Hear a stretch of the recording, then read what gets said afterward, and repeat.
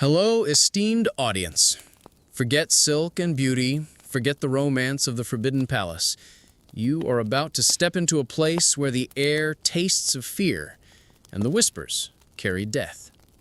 This is the true cost of the Imperial Bedchamber. The air in the narrow corridor, thick with the cloying sweetness of jasmine incense and something far more acrid, fear, settled heavy on my 15-year-old lungs. Imperial yellow shimmered on the walls, a cruel mockery of light in the perpetual twilight deep within the Forbidden City. My new silk slippers, painstakingly embroidered with phoenixes I had once thought symbols of good fortune, made no sound on the polished black stone. Ahead, the stooped figure of the elderly eunuch, his shadow dancing like a skeletal puppet in the unsteady flame of his candle, led me deeper into the labyrinth. I was one of the chosen, a fresh bloom plucked from the garden of provincial hope and transplanted into the strange, silent world. Selection as an imperial concubine. The words had once conjured visions of radiant silks, scholarly conversation, perhaps even affection from the Son of Heaven. That was before. The eunuch stopped abruptly, his formless shadow swallowing mine. He turned, and in the flickering light, his eyes, ancient, dark, holding a chilling blend of pity and practiced indifference, met mine. His whisper was a dry rustle, barely cutting through the distant, constant murmur of water trickling from unseen, ornamental fountains. "Listen carefully, child," he breathed, the sound swallowed almost immediately by the vast silence of the palace. "What I tell you now is not custom. It is the difference between breathing tomorrow and being less than dust." My heart hammered against the fragile cage of my ribs, a frantic bird trapped within my chest. The golden dream dissolved, revealing the iron bars beneath. Luxury? Honor? Beautiful lies, meticulously woven to ensnare the innocent. The eunuch's gaze held mine, a chilling certainty settling over me. I was not entering a realm of privilege, but a territory governed by invisible chains, rules that existed outside the scroll and the courtly decree. He spoke of the harem, not as a collection of women, but as a carefully engineered ecosystem designed for one purpose: the absolute control of the emperor over every breath, every thought, every inch of flesh that entered his presence. The rules, he explained, were not about pleasing a man. They were about surviving absolute power. They were stranger, more terrifying than any ghost story or cautionary tale from home. They were the forgotten stories of survival, etched onto the bodies and minds of the women who lived here. The first, the most fundamental law whispered into the ear of every new arrival, was simple in its statement, catastrophic in its implication. Never, under any circumstances, turn your back to the emperor. It sounded so easy. Stay facing him, of course. But the eunuch's eyes held the knowledge of the impossible contortions this simple command demanded. When the Son of Heaven graced his chambers, you must exist in a state of perpetual frontality. Undressing, face him. Moving across the room, face him. Even in the most intimate moments, your spine must never point towards the man whose whim dictated your existence. The women who had endured this place for years had developed a terrifying grace, an almost supernatural ability to glide sideways, to pivot and turn with a fluidity that defied natural movement. They moved like dancers in a macabre ballet, always presenting their front, their eyes fixed on the emperor's form, never allowing that dangerous vulnerability of a turned back. Why such an extreme decree? The eunuch's whisper grew colder, sharper. It was born of the deepest paranoia, the ever-present shadow that haunted the mind of a man who ruled over 300 million souls. Death could come from anywhere. A concealed needle, a shard of sharpened jade hidden beneath a fingernail, poison nestled in a folded sleeve. The most powerful man on earth dreamed of vulnerability, and a woman's turned back was a gaping maw of unknown threat. It was a moment where anything could be hidden, anything drawn. I would later witness this lesson embodied in women like men who had survived 3 years in the harem, an eternity by palace standards. Men moved through the emperor's chambers like water flowing over stones, never abrupt, never exposing her back. If she needed something from behind her, she would execute a slow, graceful arc, her eyes never leaving the emperor's face. When her robes were removed, it was not a simple act of undressing, but a fluid, choreographed movement, each garment falling away, while her body maintained a state of perpetual, almost reverent, partial genuflection, always oriented towards the man who held her life in his hand. This first rule was not just physical. It was a constant, draining performance, a reminder of your subordinate status, a physical manifestation of the fact that you existed only in relation to him. It was the first chip away at the self, the initial lesson that your body was not your own, but a landscape to be navigated according to another's fear. The air in the corridor grew heavier, and the distant sound of the fountains, which I had initially found soothing, now seemed like the relentless, indifferent ticking of a clock, measuring out the years of my confinement. The eunuch's gaze held mine, and I knew, with a bone-deep certainty, that the gilded cage was already closing around me. The eunuch's voice, though still a whisper, resonated with the weight of forgotten histories. The second rule, he continued, struck deeper than the first, targeting not just the body, but the very essence of who you were. You must never speak unless spoken to, and when you do speak, you must refer to yourself in the third person. I was not I was this unworthy slave. I was this lowly concubine. The personal pronoun, the fundamental marker of individual identity, was forbidden in the emperor's presence. It was a linguistic erasure designed to hollow out the self. The emperor, he explained, did not engage with people. He engaged with vessels, with objects whose sole purpose was his pleasure, his comfort, his whim. This wasn't mere courtly protocol, it was psychological warfare. Forced to refer to yourself as an object, a fragmented entity, the mind began to obey the grammar of submission. Within months, many women found that even when alone in their own quarters, the I had vanished, replaced by the constant self-referential "this concubine." Their very thoughts were colonized, their inner world fractured by the imposed language of servitude. They became echoes of themselves, living ghosts trapped in the elegant cages of their minds. The third rule was, perhaps the most devastating in its quiet cruelty. It concerned the eyes. You must never look directly into the emperor's eyes during intimacy. Your gaze was to be fixed on a point just below his chin, creating the illusion of submission while carefully avoiding the dangerous territory of genuine eye contact. This was not about respect, the eunuch clarified with a chilling smile. It was about preventing connection. Eye contact forged intimacy, and intimacy in this world was a dangerous complication. The emperor needed to use your body to assert his dominion without confronting your humanity. If he saw the raw fear in your eyes, the silent pain, the desperate, aching longing for a life lost, he might hesitate. A flicker of empathy, a moment of doubt, these were unacceptable weaknesses for the Son of Heaven. Equally dangerous was the risk that you might see into his eyes.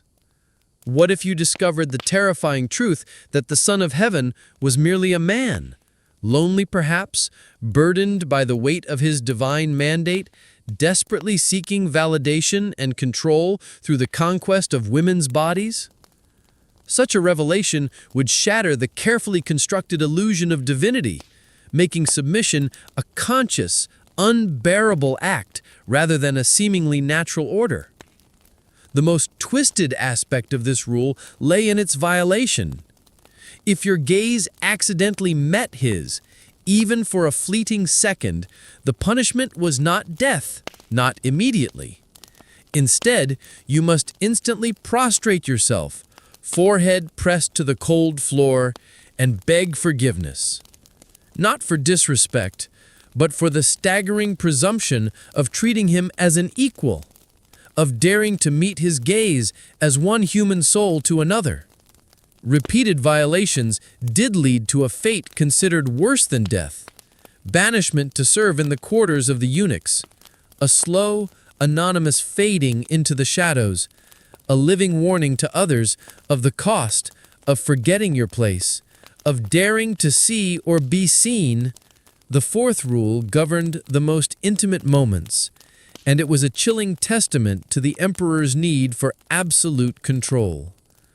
During the act itself, you must maintain complete silence, unless the emperor specifically commands you to make a sound. This was not about modesty or discretion, it was about ownership of your physical response. Your pleasure, your pain, the very breath you took, all must be regulated by his will. A spontaneous cry, a gasp, even a stifled moan was an acknowledgement that your body had an independent existence, a capacity for feeling that lay beyond his direct command. This could not be tolerated. The enforcement of this rule transformed intimacy into a horrifying theater of enforced passivity. Women learned to hold their breath until their lungs burned, to bite their tongues until the taste of blood filled their mouths, to disassociate so completely from their bodies that they felt nothing at all. They became masters of internal stillness while their bodies were used. The emperor, conversely, often became addicted to the power of commanding a response. He might spend an entire night striving to break a woman's silence, not through pleasure, but through sheer exertion of his will, through endurance, through the simple, brutal assertion of his dominion over her autonomy. Some women broke under this pressure in a way the palace physicians couldn't name. They developed a complete inability to make any sound at all, even when they were alone. Their voices, their capacity for independent expression, were stolen, leaving them as living, voiceless ghosts, their spirits crushed by the impossible demands of imperial desire. The rules were not just spoken, they were inscribed onto the flesh and the silence of the women who endured them. The eunuch's narrative wove a tapestry of control, each rule another thread tightening around the women within the harem walls. The fifth rule spoke to the cold, mechanical nature of imperial sexuality. The emperor's climax must always come last. This was no consideration for the concubine's pleasure, a concept rendered obsolete by the rules already laid bare. It was rooted in cosmic order. The emperor's seed was considered sacred, a direct conduit to the divine mandate of heaven. For a mortal concubine to reach her peak before him was tantamount to suggesting her earthly pleasure could somehow precede or supersede the celestial will. This mandate created a nightmarish calculation for the women. They became hyper-aware not only of their own bodies, but also of the emperor's subtle cues, reading the minute signs of his arousal like scholars deciphering ancient texts. They became experts in the art of suppression, learning to delay or prevent their own physical response through sheer force of will, through mental distraction so profound they could inwardly recite entire poems or perform complex mathematical calculations while their bodies were being used. Their minds became fortresses, barricaded against the physical realities they were forced to endure.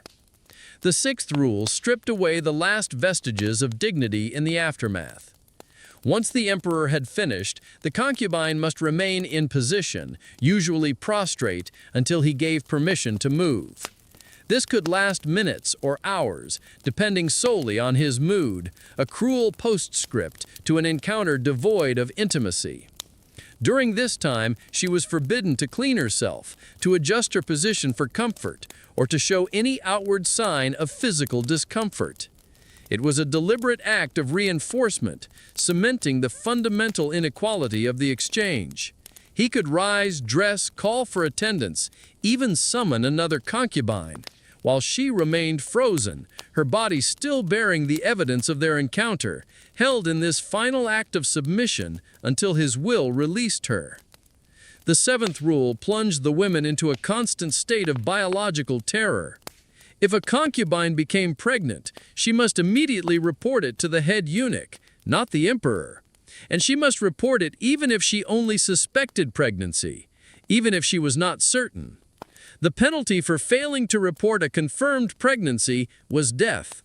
But the equally terrifying penalty for a false report, a misplaced fear, or a hopeful delusion was a beating that left permanent, disfiguring scars.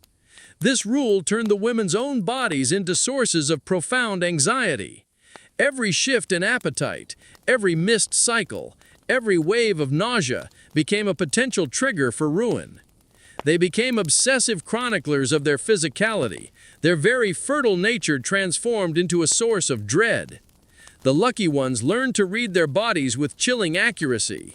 The unlucky ones gambled and lost, carrying the brutal proof on their skin. And for those with confirmed pregnancies, the rule became one of isolation. Separated from all other women, placed under constant surveillance, they were not being protected. They were being monitored to ensure the precious cargo, the potential heir, was not harmed or lost. The woman carrying it was merely a vessel, her well-being secondary to the continuation of the imperial line. The eighth rule weaponized the very presence of other women. When multiple concubines were summoned simultaneously, a strict unspoken hierarchy governed interactions. The favored concubine led, but the others had specific roles: audience, assistants, sometimes competitors in elaborate and degrading performances. This rule systematically destroyed the possibility of genuine female solidarity. Women who might have found solace and alliance with each other were forced into a constant state of competition and suspicion, compelled to perform desire for the same man while simultaneously vying for his fleeting attention. They had to maintain the facade of individual devotion while being reduced to interchangeable objects in a twisted display of power. The bonds of friendship were not merely strained, they were actively corrupted, forcing women to witness, and sometimes participate in, each other's humiliation. The ninth rule demanded an impossible level of emotional performance. Concubines must instantly read and respond to the emperor's shifting emotional state, adjusting their entire demeanor accordingly. Anger required soothing calm, but not presumption. Sadness demanded comfort, but not pity. Celebration required joy, but not excessive enthusiasm. This required an almost superhuman level of emotional intelligence and self-control, transforming the women into expert psychologists, deciphering every micro-expression, every shift in posture, every nuance of breath. They developed an intuitive understanding of power and ego that would shame seasoned diplomats. But this expertise came at the cost of their own authentic emotions, which had to be ruthlessly suppressed. The 10th rule created a split consciousness. Concubines must remember every detail of their encounters with the emperor, his words, his actions, what pleased him, what displeased him. But they must also forget these encounters the moment they left his chambers. Perfect recall in his presence, perfect amnesia outside of it. This psychological tightrope was impossible for many. They developed intricate mental filing systems, compartmentalizing their experiences, trying to access them when needed and suppress them when not. Some succeeded, becoming masters of this internal juggling act. Others broke entirely, their minds fragmenting into conditions we might now recognize as dissociative disorders, unable to reconcile the disparate realities they were forced to inhabit. The machinery of power demanded not just control of the body, but the systematic dismantling and restructuring of the mind itself. The eunuch's voice had grown weary, his candle guttering low, but the grim litany continued. The 11th rule spoke of cyclical demands. Imperial desire followed the agricultural calendar, requiring concubines to embody different abstract concepts based on the season or festival. Fertility during harvest, warmth during winter solstice, martial strength during times of war. Women became living embodiments of cosmic or political ideas, constantly reinventing themselves, their individuality subsumed by the symbolic demands of the throne. They were actresses in a ceaseless, high-stakes drama, where the script was ever-changing and the penalty for a false note was ruin. The 12th rule exposed the voyeuristic nature of imperial power. Certain encounters had witnesses, eunuchs or senior concubines, not for the emperor's pleasure, but to ensure the rules were being followed. These observers were tasked with reporting any deviation, any flicker of genuine emotion, any sign that a concubine was experiencing the encounter as anything other than sacred duty. This created a terrifying panopticon of sexual surveillance. Women never knew when they were being watched, who might be reporting on their performance. They had to maintain the facade of perfect submission even in moments they believed private, because the cost of being caught in a moment of authenticity was severe. The 13th rule revealed the manipulation inherent in perceived generosity. The emperor occasionally bestowed gifts, jewelry, silks, delicacies, but these came with invisible strings. Accepting a gift meant accepting a debt that could never be repaid, demanding endless expressions of gratitude, not just for the object, but for the honor of being chosen. Gifts were also tools to create hierarchies and fuel jealousy among the women. A favored concubine became a target. Refusing a gift was an unforgivable insult to the emperor's generosity. The women were trapped in a system where every act of kindness was a potential weapon, every reward a subtle punishment. The 14th rule extended the control beyond the palace walls. The concubines' families were held hostage to ensure compliance. The threat was not just against their lives, but against their honor, their social standing, their very future lineage. A concubine who displeased the emperor risked not only her own death, but the destruction of everyone she had ever loved. This placed an unbearable psychological burden upon the women, forcing them to carry the weight of multiple generations on their shoulders, performing not just for their own survival, but for the survival of their entire family line. In their most intimate moments, they were never truly alone. The faces of their parents, siblings, future nieces and nephews were always watching, always demanding their submission. The 15th rule spoke of inevitable tragedy, aging. As concubines grew older, their value in this system diminished.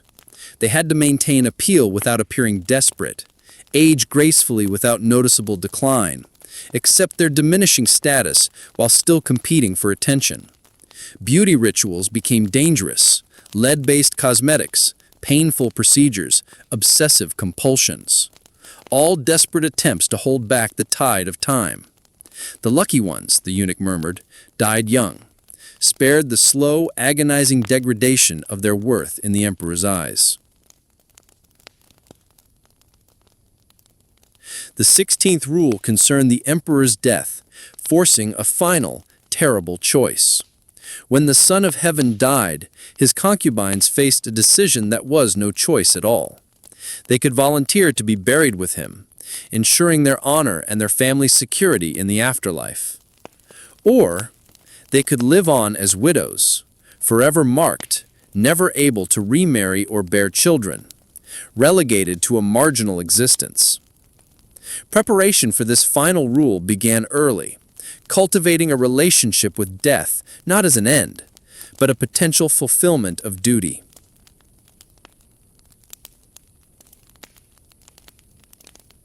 The 17th rule unexpectedly offered a flicker of light: resistance. Despite everything designed to break them, women found ways to cling to their humanity.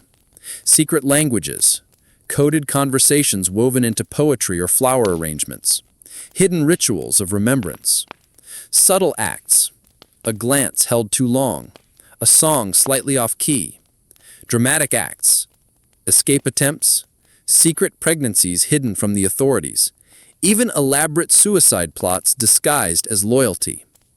Acts of rebellion, born of desperation, a desperate reclaiming of authentic choice in a world that offered none.